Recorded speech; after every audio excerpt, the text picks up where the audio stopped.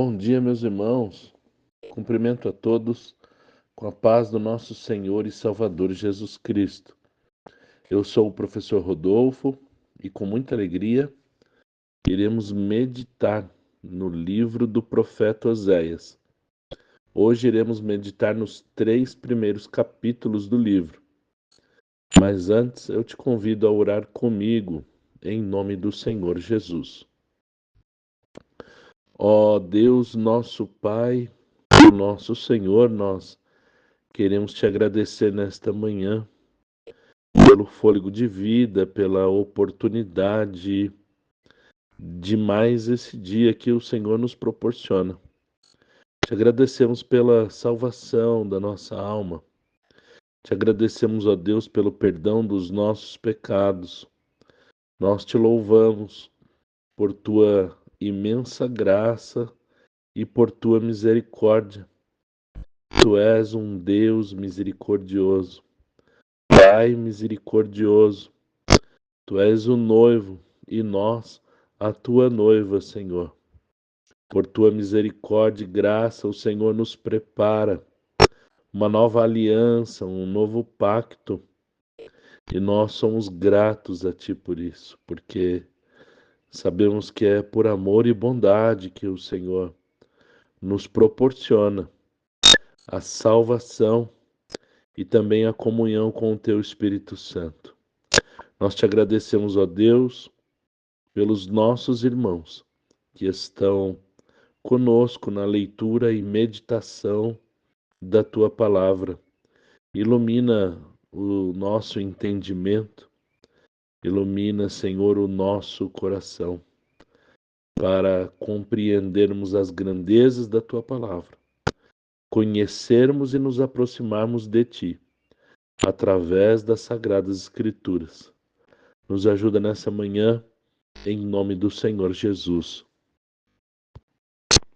Capítulo 1. Oséias, filho de Beere, cujo nome significa Ele salvou. Dessa forma, alguns intérpretes sintetizam o significado do nome Oséias como sendo salvação. Tudo o que se sabe sobre quem foi Oséias na Bíblia depende das informações presentes nesse livro. Ele foi um dos profetas menores e vivendo e desempenhando o seu ministério no século 8 a.C., durante os reinados de Uzias, Jotão, Acás, Ezequias, reis de Judá, e nos dias de Jeroboão, filho de Joás, rei de Israel, ou seja, algo em torno de 783 a.C., até os turbulentos anos que antecederam a queda de Samaria, por volta de 721 a.C. Ele deve ter profetizado cerca de 36 anos sob o reinado de Uzias e mais uns 45 anos antes de Acabe começar a reinar. Somando os 16 anos em que Acabe reinou, o número será de 61 anos. E ele ainda profetizou sobre o reinado de Ezequias, sob o reinado de Ezequias. Entendemos que realmente ele tenha seguido o seu longo ministério por mais de 60 anos e talvez tenha continuado além do 70º ano. Foi levantado por Deus para profetizar em Israel no Reino do Norte. Nessa época, o Reino de Israel já havia sido dividido em duas partes: o Reino do Sul, Judá, e o Reino do Norte, Israel. Jerusalém era a capital do Reino do Sul, enquanto Samaria era a capital do Reino do Norte. O profeta demonstra ter familiaridade com a geografia e os acontecimentos do Reino do Norte. Por isso é possível que ele tenha nascido naquela região. Mas, curiosamente, ele menciona 3 reis do Reino do Sul na introdução de seu livro, e apenas um rei do Reino do Norte.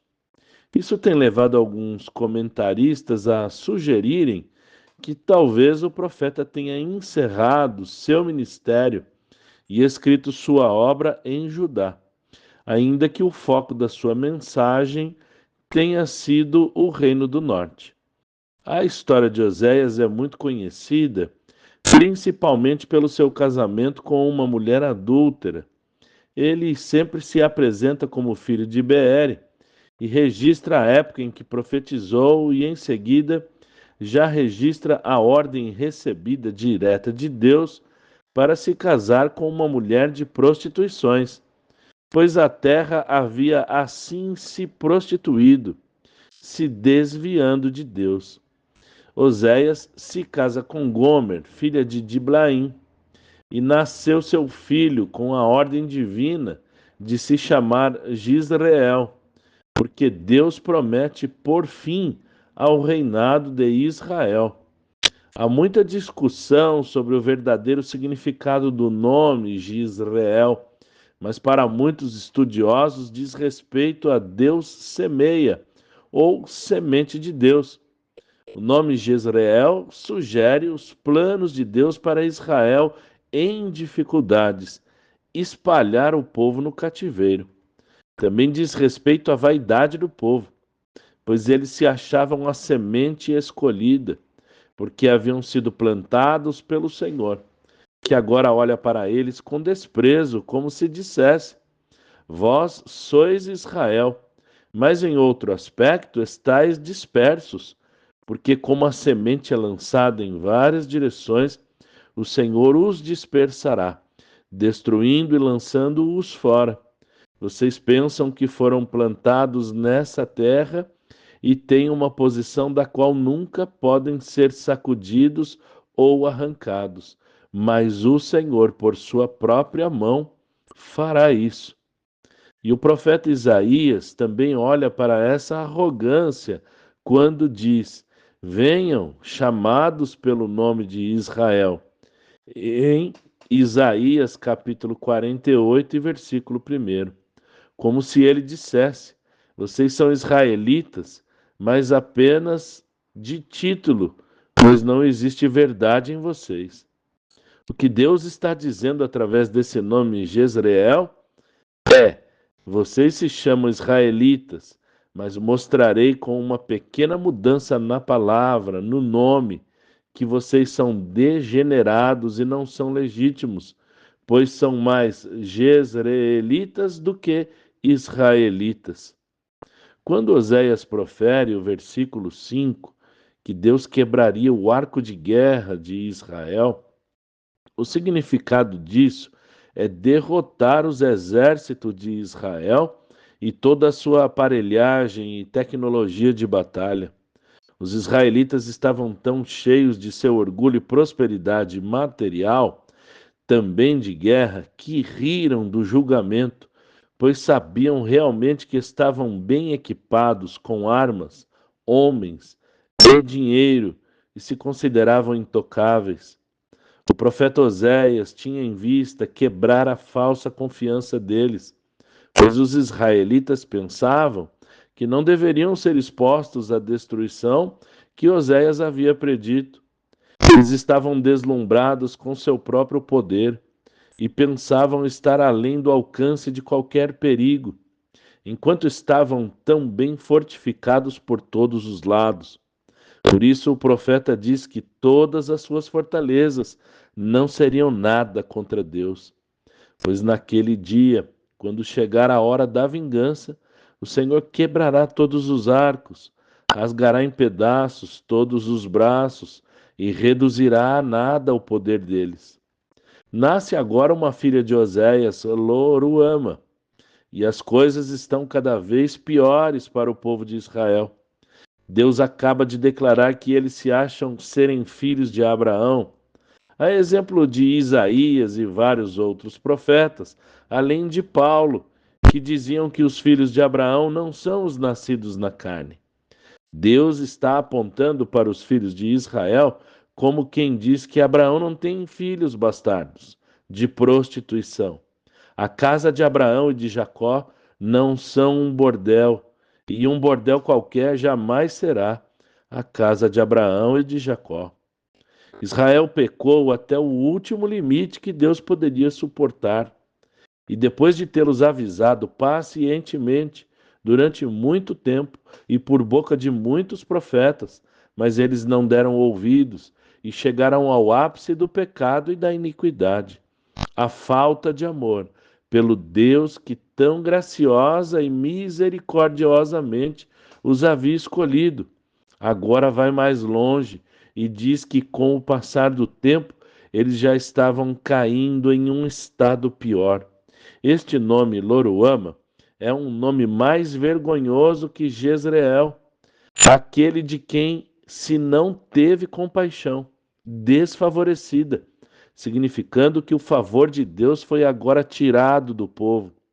Sabemos de fato que o povo havia sido escolhido livremente, pois se a causa da adoção de Israel por Deus foi a mera misericórdia e bondade de Deus, agora então, Deus, ao repudiar o povo, diz: vocês são como uma filha a quem o pai rejeita e repudia, porque a considera indigna de seu favor.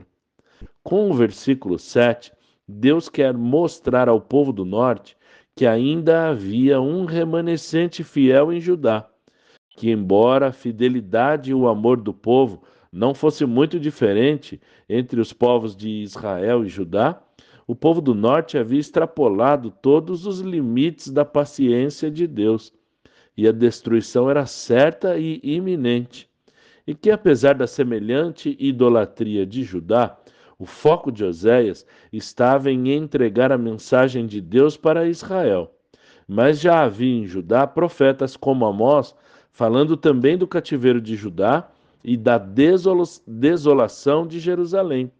E em segundo ponto, a promessa de Deus em manter uma lâmpada em Judá, um remanescente fiel da linhagem de onde viria o Messias prometido, o descendente da mulher, a descendência de Abraão, aquele que tornaria a levantar o tabernáculo caído de Davi. Com o versículo 8, a filha desmamada, Deus está querendo mostrar como teve paciência com esse povo. Antes de expulsar completamente os israelitas, esperou pacientemente pelo arrependimento deles, se de fato havia alguma esperança para isso. Mas quando ele viu que eles não paravam de pecar, finalmente passou ao último castigo. Por isso Oséias diz que a filha, que era o segundo filho, foi desmamada, como se dissesse que o povo de Israel não havia sido repentinamente expulso, porque Deus havia pacientemente suportado o pecado deles, e assim adiando o julgamento mais pesado, até que, tendo achado a iniquidade deles insuportável, ele finalmente mandou chamar o terceiro filho de Oséias, Lo-Ami. Agora, no versículo 9, o nome do terceiro filho, Lo-Ami, que traduzido da expressão hebraica é não meu povo, vem seguido da explicação clara: pois você não é meu povo, e eu não serei mais o seu Deus. Esta é a rejeição final do povo do norte. Israel, que já haviam sido chamados Jezreelitas, e em seguida pelo nome da filha. Deus testemunhou que tinha retirado sua graça e misericórdia deles. Mas agora o terceiro nome ainda é mais grave. Vocês não são meu povo, porque Deus aqui abole, de certa maneira, o contrato, a aliança que fez com os patriarcas, para que o povo deixasse de ter qualquer preeminência sobre outras nações. Assim, os israelitas foram reduzidos a uma condição em que nada diferiam dos gentios profanos, e assim Deus os deserdou completamente. O versículo 10 é uma promessa de restauração, uma promessa de que a palavra de Deus não falhou e o que está escrito a respeito da descendência de Abraão se cumprirá. Sempre lembrando de Gálatas 3:16, que a promessa de Deus de abençoar todas as famílias da terra no crente Abraão tem seu cumprimento em Cristo Jesus, nosso Senhor. E também a explicação de Paulo para este versículo 10 em Romanos 9:24 a 26. os quais somos nós, a quem também chamou, não só dentre os judeus, mas também dentre os gentios, como também dizem Oséias: chamarei meu povo ao que não era meu povo, e amada a que não era amada. E sucederá que no lugar em que lhes foi dito: vós não sois meu povo, aí serão chamados filhos do Deus vivo. No versículo 11, mais uma promessa de restauração, de retorno à própria terra deles após os dois cativeiros, cerca de 200 anos após a profecia. Osés está querendo dizer que espiritualmente os reis de Israel não eram propriamente legítimos, pois não eram da linhagem de Davi, mas haveria um tempo em que os reinos de Israel e Judá voltariam a habitar juntos e teriam um só rei, um só cabeça sobre eles. Essa profecia tem duplo cumprimento, um no retorno do cativeiro babilônico e outro no reinado do verdadeiro Davi, que é o cabeça da igreja, Rei dos reis e Senhor dos senhores. Capítulo 2. Oséias falou sobre a restauração do povo e prometido que Deus, em algum momento, seria favorável àqueles que ele havia rejeitado antes. Agora, no versículo 1 do capítulo 2, exorta cada um que mutuamente exorte e anime ao seu irmão, para que possa estar pronto e preparado para receber o favor de Deus. O Senhor está oferecendo favor e reconciliação ao povo, proclamando isso através de Oséias, chamando o povo ao arrependimento mútuo e fé genuína em Deus. No versículo 2, o profeta volta a querer tratar do pecado do povo, depois de já ter prometido a restauração. Mas isso não é nenhuma contradição, pois o povo segue sem se arrepender. Então o profeta está exortando o povo a se arrepender de seus pecados e voltar para Deus. Nós podemos notar aqui também o equilíbrio que existe nas Escrituras Sagradas, um equilíbrio entre promessas, repreensões, exortações, ensinamentos, entre consolo e conforto, pois Deus está sempre levando em conta o nosso estado espiritual atual e nos chamando para perto dele, com a intenção de nos ver crescendo e abundando no favor do Senhor, conhecendo-o cada vez mais de perto e com mais intimidade, até que sejamos mais parecidos com Cristo, atingindo, se possível, a estatura de varão perfeito. No versículo 3, Oséias volta a insistir que se houver arrependimento, também haverá esperança de perdão. Embora a esperança de perdão aqui está acompanhada com uma sentença no caso de não haver arrependimento. Deus está mostrando para eles que seu pecado é como o de adultério, de prostituição.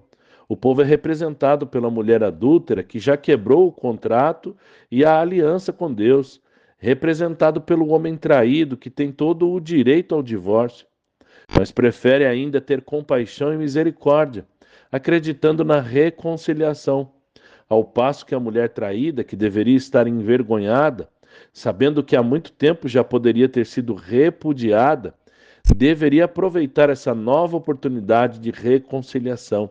Ela mesma segue rejeitando o seu marido e segue provocando o divórcio, pois não para de pecar. No versículo 4, novamente uma dura repreensão de Deus, que parece ter falado ao povo em geral no versículo anterior, agora parece estar chamando individualmente a cada pessoa que reconhecesse a prostituição da nação, a infidelidade de todo o povo, e novamente a sentença de Deus seria certa se não houvesse essa consciência de pecado neles, o que realmente não houve. E novamente Deus disse que não eram seus filhos, pois se tratavam de filhos de prostituição. Esse estado lastimável da nação de Israel acontece a todos que se ensoberbecem e deixam de dar a devida atenção à palavra de Deus. Se houver em nós a disposição para conhecer ao Senhor, através de Sua palavra, ao olharmos para a santidade e bondade de Deus reveladas nas Escrituras, haverá em nós uma profunda consciência dos nossos pecados. Haverá fé para confiar que o perdão já nos foi concedido e que Cristo Jesus é fiel e justo para nos purificar de todo o pecado e toda iniquidade, experimentando assim um avivamento, rios de água viva jorrando em nosso interior, a vida do nosso Redentor pulsando em nossos corações, o amor de Deus transbordando em nós, de tal maneira que passamos de alvo desse amor maravilhoso para propagadores e multiplicadores do amor de Cristo, que foi derramado sem medida em nossos corações. O versículo 5 diz respeito à nação de Israel, que se prostituiu e se comportou de maneira devassa, semelhante a uma mulher sem vergonha de fama ruim, e os filhos dessa relação são filhos de prostituição. Deus passa a não ter responsabilidade sobre eles. Além disso, ainda que o Senhor mesmo tenha proposto um pacto com a nação de Israel, ao se prostituir, Israel diz claramente nesse versículo que quem os sustenta são os seus amantes. O profeta está fazendo essa denúncia contra eles. A cegueira espiritual pode levar uma nação inteira, escolhida por Deus, alvo de graça e misericórdia do Senhor, libertação da escravidão, agora próspera, tudo isso pelo favor de Deus, ao invés de reconhecer, agradecer, adorar, servir e amar a Deus sobre todas as coisas, Israel diz que seus amantes o sustentaram, isto é, Baal, os Baalins, Astarote, Moloque e toda a sorte de deuses estranhos. Não basta a alguém ser escolhido por Deus, a não ser que persevere na fé genuína, persevere na obediência e santidade ao Senhor. Israel rejeitou a aliança, rejeitou a lei e, por fim, rejeitou o próprio Deus. No versículo 6, Oséias mostra que o castigo era a última alternativa de Deus. Israel estava alegre com sua prostituição e feliz com seu estado espiritual, cego com relação ao seu pecado. Portanto, Deus não poderia fazer outra coisa senão punir uma obstinação tão grande no povo, pois não havia outro remédio. Deus vai tirar deles os seus prazeres, vai remover a ocasião do seu orgulho, pois enquanto os israelitas desfrutavam de prosperidade, consideravam tudo lícito para eles. Daí a sua segurança e, portanto, seu desprezo pela palavra do Senhor. O versículo 7 mostra que, mesmo com a sentença e as provações que Deus aplica a alguém, ele não cai imediatamente em si para ganhar consciência e convicção do próprio pecado, para se arrepender e para voltar-se a Deus. Mas antes, vai atrás de seus amantes, ou seja, vai atrás de suas superstições abomináveis, suas crenças mágicas e profanas, dando ouvido a espíritos enganadores e confiando em falsos deuses. Mas Deus deixa claro que Israel não encontrará prazeres, nem conforto, nem mesmo sustento. Então cairá em si e buscará o seu ex-marido. E novamente aqui vemos uma clara esperança de perdão, na medida em que fala do arrependimento do povo. Deus está sempre pronto para recebê-los quando eles retornam a Ele com o coração contrito e quebrantado. Oséias aqui fala declaradamente do arrependimento do povo, para que os israelitas pudessem saber que as correções que os homens naturalmente detestam seriam lucrativas para eles. É nosso desejo que Deus sempre nos favoreça e que sejamos nutridos com bondade e ternura em seu seio, mesmo que para isso ele nos repreenda quando quiser nos ensinar e purificar, ainda que produza uma tristeza momentânea, conforme Hebreus capítulo 12 e versículo 11. Toda correção, de fato, no momento em que ocorre, não nos parece ser motivo de contentamento, mas de frustração. Mais tarde, no entanto, produz fruto de justiça e paz para todos aqueles que por ela foram disciplinados. Os versículos de 8 a 10 tratam novamente da ingratidão de Israel para com o Senhor, a falta de reconhecimento de que Deus é que os sustentava, os abençoando com todo tipo de fartura, de grãos, de comida, de roupa e de todo tipo de necessidade. Portanto, já que não há reconhecimento, Deus irá parar de dar o grão e o cereal para a mesa deles. A lã que os veste e os aquece. O Senhor assevera novamente que irá retirar deles também a sua riqueza, pois eles seguem insistindo que foi Baal que os deu tais benevolências. E quando Deus fizer isso, vai expor diante de todos quem o povo realmente é, pois geralmente os soberbos e hipócritas dão risadas quando anunciada alguma providência de Deus contra o pecado e ignoram as mensagens de repreensão. Estão satisfeitos e escondidos atrás dos dons que o próprio Deus os deu. Mas Deus promete retirar e retribuir a esposa traidora com aquilo que ela merece, a rejeição e o desprezo. Nos versículos 11 e 12, Oséias começa a dar detalhes do que Deus irá fazer. Em primeiro lugar, o povo seria privado de seus sacrifícios e dias de festa, e de toda aquela pompa externa que estava com eles, o disfarce da religião. Menciona especialmente que cessariam os sacrifícios, que os dias das festas, luas novas e tudo o que pertencia à adoração externa cessaria. Farei cessar, ele diz, toda a sua alegria, todos os seus dias festivos, os seus sábados e todos os dias de festa. Então, o primeiro tipo de nudez foi que Deus tiraria dos israelitas aquela forma falaciosa e vazia de religião na qual eles se deleitavam totalmente. O segundo tipo de nudez era que eles seriam despojados de todas as riquezas terrenas e reduzidos à miséria e extrema necessidade. O versículo 13 diz respeito a quando os israelitas se encontrarem sem templo, privados de sacrifícios e luas novas, e sem mais nenhuma forma externa de adoração.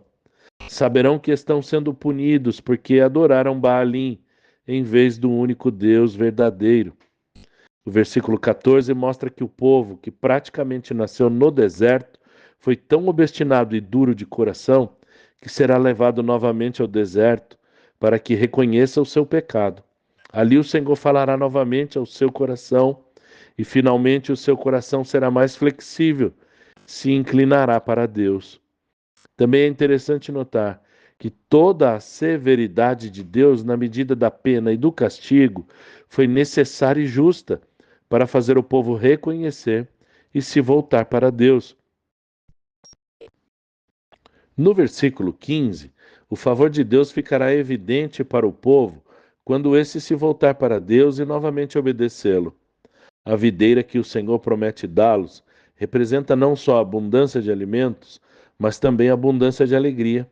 E como foram levados ao deserto, Osés menciona que o povo cantará, como no dia que subiu da terra do Egito. Nos versículos 16 e 17, mostra que quando o povo se arrependesse, os frutos do arrependimento apareceriam abertamente. Um fruto que ele menciona é que eles começariam a adorar a Deus puramente. Todas as superstições seriam abolidas.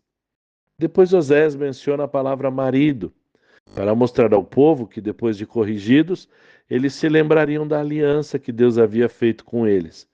E o povo não seria mais dado às superstições como antes, mas pelo contrário, estaria atento à aliança de Deus e continuaria sincero e fiel ao seu voto conjugal.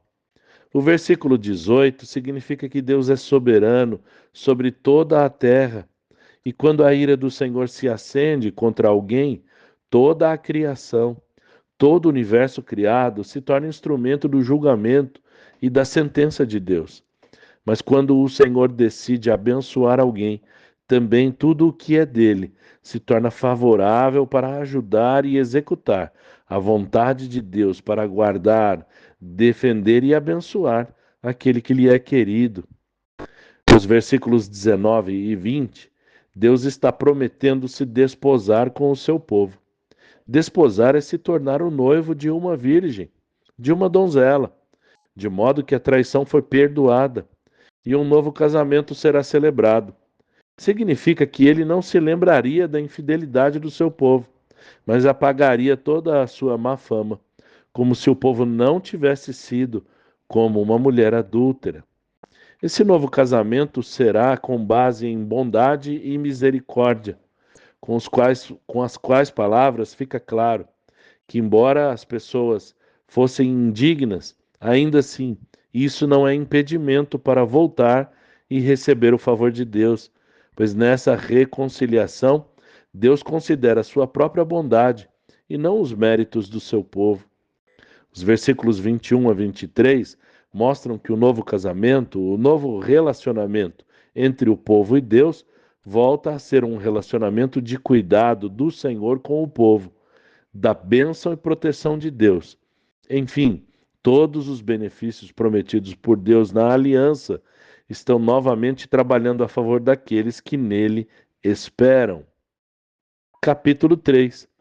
O capítulo 3 possui apenas 5 versículos, e a essência desse capítulo era o propósito de Deus manter firme a esperança das mentes dos fiéis durante o exílio, para que não se deixassem dominar pelo desespero. Oséias já havia falado da reconciliação de Deus com seu povo, mas expressa que o cativeiro é inevitável. Porém, agora traz esse consolo e aviso: Deus realmente vai receber você de novo, mas enquanto isso, um castigo é preparado para você, que poderia destruir a todos. Deus, embora o castigue por seus pecados, ainda assim continua a prover a sua salvação e a ser como se fosse o seu marido. Deus aqui conforta o coração dos fiéis para que eles entendam que foram amados, mesmo quando sendo castigados. Era realmente necessário que essa diferença tivesse sido bem expressa nos israelitas, para que no exílio alimentassem a esperança e suportassem pacientemente o castigo de Deus. O Senhor prometeu sim perdoar e receber o seu povo no novo casamento, mas isso não anulou a sentença que o pecado provocou, e também não é tão rápido, pois Deus estabeleceu um tempo próprio para o novo casamento. Eles estarão sem um rei e sem um príncipe, isto é, não haverá entre eles nenhum tipo de governo civil. Eles devem ser como um corpo mutilado, sem cabeça. E assim aconteceu com eles em sua miserável dispersão. Que Deus abençoe a sua vida nessa manhã. Tenha uma excelente semana com a bênção de Deus sobre sua vida, sobre sua família. Em nome do Senhor Jesus Cristo. Até amanhã, querendo Deus.